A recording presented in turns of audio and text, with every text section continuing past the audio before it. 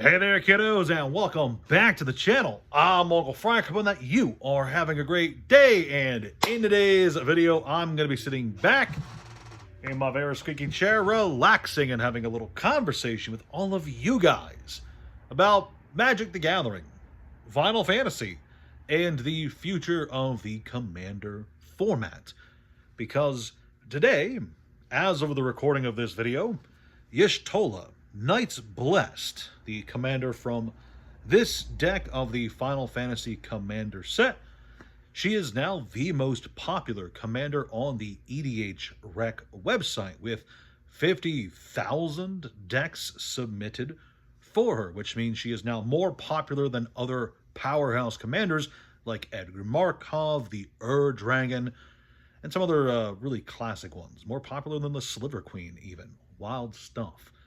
This is pretty noteworthy because Edgar Markov and the Dragon are both, well, they are powerhouse commanders. They both have eminence. They are both really game warping on their own if left alone. They are from what was previously the most popular commander set, Commander 2017, which has aged like wine, it seems, with how well those decks have done on the secondary market.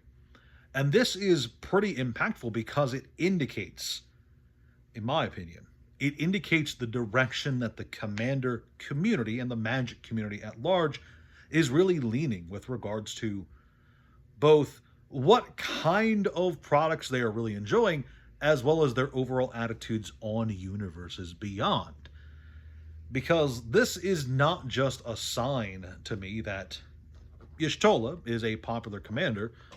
This is a sign to me that Wizards really does have kind of lightning in a bottle, so to speak, when it comes to this product lineup, and that way more is on the horizon, more than you guys could ever imagine.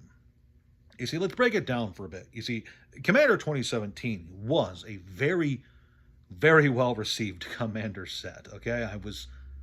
I have very vivid memories of that time in Magic's history. And two of the decks in particular, again, Edgar Markov and the Dragon, as well as the Arabo deck. That one was pretty good. There was a fourth one, though, that wasn't that well received.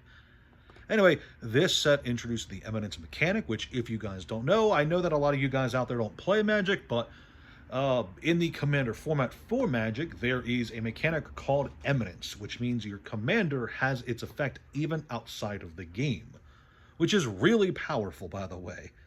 And that let these individual decks become really, really strong, highly sought after by a lot of people. And here we are 9 years later, and the Commander 2017 decks are, for the set of four, $1,000. That's nuts, okay? Keep in mind, at the time, I think they MSRP was $50 on them, so you could get the entire set for $200. That's really good over a course of 9 years to have that 5x value for the overall price of the set. That's really good. But if you could take a step back and look at some other Commander sets, maybe some more recent Commander sets, maybe Commander sets in the Universes Beyond lineup, perhaps. If you look at the Warhammer 40,000 set of 4 Commander decks. I'm not talking the collector's edition specialty decks. I'm talking just the regular set of 4. Well, these came out in 2022. It was a set of 4. It's really had several waves of reprints. Was really popular. It felt like for a bit that stores couldn't get rid of them fast enough, but here we are just 4 years later, not 9 years, not almost a decade, just 4 years. And these are $1,200 for the set, which is a rather explosive growth, all things considered, especially since there was a time in which some stores legitimately thought that these might be worthless. Because, again, they did have a lot of reprints. Some people were trying to get rid of them as fast as possible. But now we know, no, there is demand for these. There is definitely some staying power for the Universes Beyond Commander deck products. So if you take that and you extrapolate it with the sheer popularity of Final Fantasy, you can definitely see, well, a future for just the price of the product line, to be sure. I've said before on the channel, I do believe that the Final Fantasy decks are severely undervalued for what they are, for how popular they are, because they've got a lot going for them, okay? They have a lot going for them. They've, yes, they're very popular. They have some really popular characters, some really cool mechanics and abilities, all that jazz. But they're also linked with one of the best-selling sets of all time, and that definitely has some appeal to it. They're connected to a massive IP that I've said before will have buyers well into the future, long after the set is out of print.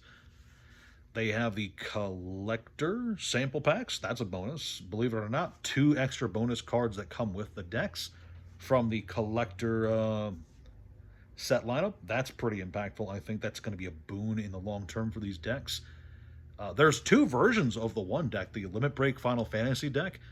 It has a completely separate version, the Game Edition, I believe it's called, where it's the entire deck, but also it comes with a game code for the digital edition of Final Fantasy VII on Steam.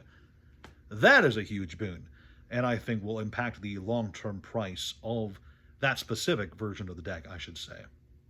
And like I said, many strong cards, a lot of cool synergy with the set itself. Some are pretty game warping. My point is, they have a lot of potential, but that's not what I think is most important about this achievement, the Y'shtola getting to 50,000 listed decks, Y'shtola becoming the most popular commander on this one website. No, I believe it's important because Wizards of the Coast, the company behind Magic the Gathering, well, they pay attention to things like this. They pay attention to secondary market prices. I know that they say they won't. I know people say that they don't keep track of the secondary market, but that's baloney. Wizards of the Coast is 100% aware of the secondary market prices for their big ticket items, especially their decks, especially their collector boosters, etc.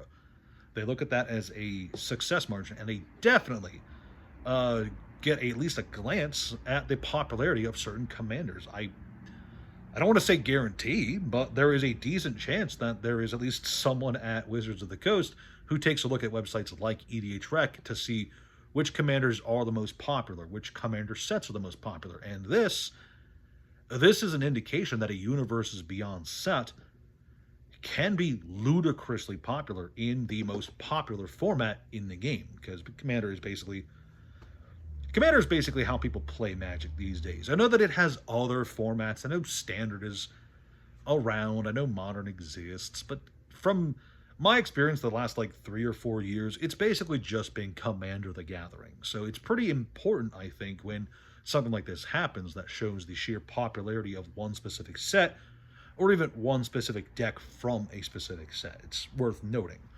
And when it comes to the things that are worth noting, Wizards is definitely going to take note. They're definitely going to see this and use this as another justification for why more Universes Beyond is good for the game. Because so far, look at it across the board. All right? Ignoring everything else about Universes Beyond as a product line, ignoring how you or I feel about it perhaps, it is undeniable at this point that it's very successful. There was perhaps a time when you could argue against Universes Beyond as a product in terms of its potential success. And I think that time would have been right after the Assassin's Creed set launched, perhaps. Maybe right after Spider-Man. But Spider-Man came after the explosive success of Final Fantasy, so that's kind of invalidated. I do think Assassin's Creed was the last chance people had to really argue in good faith that Universes Beyond might not be successful for the game's future. But here we are with multiple commander sets being very well received. Not just, I'm not just talking about Final Fantasy, I'm not just talking about how well Warhammer is doing. The, what was it? Fallout. Fallout's been doing freaking amazing. The Doctor Who one's been doing amazing. So these Universes Beyond decks have been doing great. The Universes Beyond sets are, for the most part, fairly well received. And overall, the product line is doing good, and Wizards is definitely noticing that.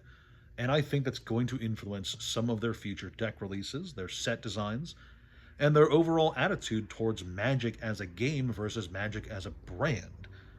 because part of the Magic identity is its own self-contained worlds, characters, and stories. And I think it's undeniable that that stuff's going to be phased out slowly over the coming years. Yes, they're going to be there. Yes, you can still have Jace show up and do whatever it is Jace usually does. Failing, it's his thing. Failing is his thing. But for the most part, I think as Universes Beyond continues to do well, and it's going to continue to do well, I think Wizards has more and more reason to continue pushing for more Universes Beyond in formats. And I do think eventually it could reach a breaking point where people have just become inundated with Universes Beyond to the point where they're just kind of sick of seeing it, period, and they stop playing Magic and they go on to something else. But we've been seeing more and more of that. There are, all the time I hear people talk about how they're playing some other game just because they're sick of Universes Beyond, but it's not at a breaking point.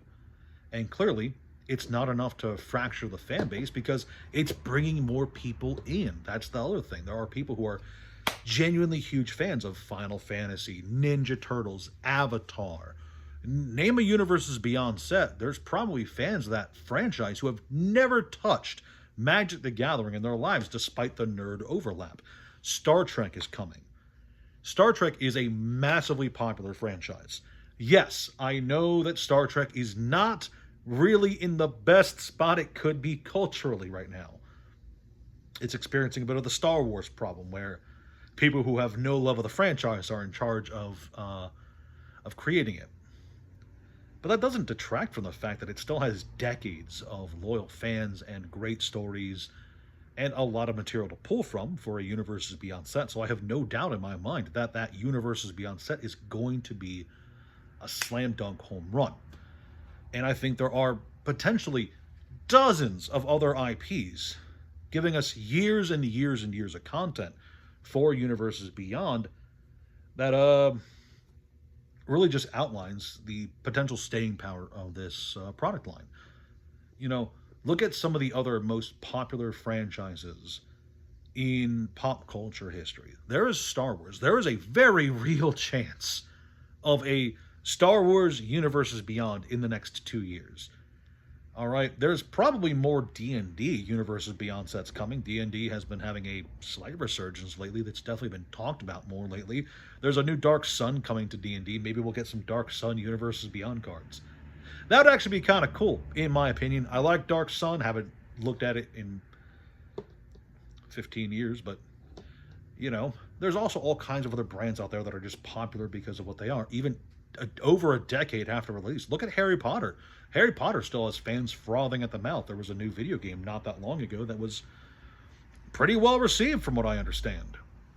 All of this is to say, there's a lot of cool stuff out there. Ooh, the Dark Tower. Dark Tower, right?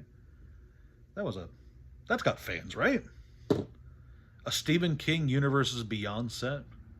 Pennywise the Clown, legendary creature, clown horror. Yeah, I could see that. Anyway, what I'm trying to say is there's loads of opportunity out there. There's loads of franchises, brands, etc. out there that are massively popular, that have this real chance at bringing in people who have never touched Magic the Gathering before. And as we're seeing with Final Fantasy and similar Universes Beyond sets, they are doing very well. And that's the greatest signal Wizards of the Coast needs to keep going. Loud car passing by. Quick though. It's the big signal that Wizards of the Coast needs in order to rocket forward with way more Universes Beyond stuff in the future. So I think it's an inevitability that we are going to see this, maybe not deluge, but this steady pipeline of Universes Beyond sets that some, like Spider-Man or TMNT, some might not even be that well received at first. But I think in time, I think they're all going to do fairly well. So what I'm really trying to say here in this video, what I'm really trying to talk about, the meat and bones of the conversation, is Universes Beyond is very successful. I think Universes Beyond at this point is here to stay. And I believe that it is a safe bet that a Universes Beyond product will do fine in the long term. They're not all going to do amazing. They're not all going to be What's Lord of the Rings Holiday Special like right now? A lot. They're not all going to be Final Fantasy collector boxes, Lord of the Ring collector boxes. They're not all going to be perfect. But I do think in the long run, look, I cannot understate this. Commander 2017 was a smash hit. People were frothing at the mouths to get that. People were absolutely in a tizzy. There was some really cool stuff in there. First Protection, I think, came out of there first. It was really good, really well received. Okay, those commanders, Edgar Markov was like the most popular commander for a while. Everyone knew about him. Everyone wanted to get a hold of him, okay? He got reprinted. It wasn't enough to bring his price down, okay? And in almost half the time that it's been on the market, 40K comes out and is more expensive than it. That is important. That is impactful. It shows that this stuff has potential to just outrace the competition. The competition being Magic in-universe stuff. So, sure, bring it on. Let's see the Yu-Gi-Oh! Universes Beyond, the Gundam, and Harry Potter, and Mega Man, and whatever else universes beyond. Screw it. Let's take some of these card games from the past that have some really cool mechanics, creatures, and lore. You know, give us the Redakai Universes Beyond. Or actually, you know what they probably could do? There's probably a Duel Masters Universes Beyond in the pipeline at some point. That's a franchise that people do genuinely like. It's still going in Japan. It's probably going to do well as a Universes Beyond product. Duel Masters has Magic the Gathering cards in it. I could see that crossover happening. Anyway, that's all I really wanted to say, and I don't want to ramble too much on the topic, so I'm going to leave you guys to it. Whether you guys agree with me or disagree with me, leave a comment down below so I know your guys' thoughts. As always, please like, share, subscribe to the channel. Check out my other videos. Check out the links in the description below to TCG Player, eBay, Patreon, and the Discord, where we chat about just about anything every day. Thank you guys, as always, for watching, and I'll see you next time. Ciao.